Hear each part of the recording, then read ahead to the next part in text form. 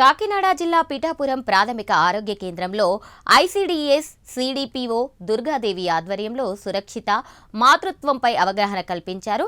Doctor Vinay Kumar మాట్లాడుతూ సురక్షిత మాతృత్వం అంటే గర్భధారణ నుండి ప్రసవం వరకు మరియు ప్రసవానంతరం తల్లి ఆరోగ్యాన్ని సురక్షితంగా ఉంచడమని తెలిపారు. ప్రసవానికి ముందు, ప్రసవం తర్వాత పౌష్టిక ఆహారం తీసుకొని నిర్దేశించిన టీకాలు వేయించుకోవాలని చెప్పారు. ఈ కార్యక్రమంలో జిల్లా బాలల పరిరక్షణ విభాగం కౌన్సిలర్ బి దుర్గారాణి తదితరులు పాల్గొన్నారు.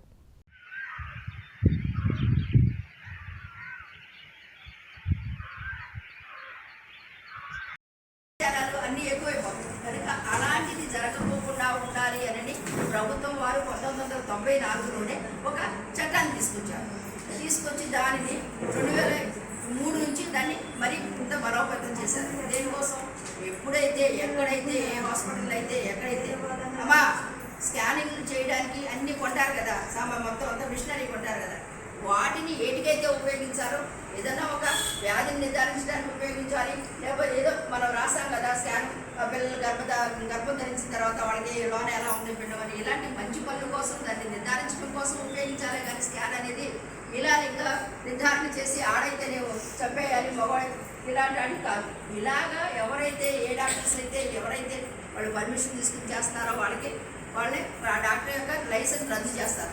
పైగా వాళ్ళకి పనిష్మెంట్ ఉంటుంది. ఎలా ఉంటుంది? ఫస్ట్ పనిష్మెంట్గా వాళ్ళకి ఒక 3 సంవత్సరాలు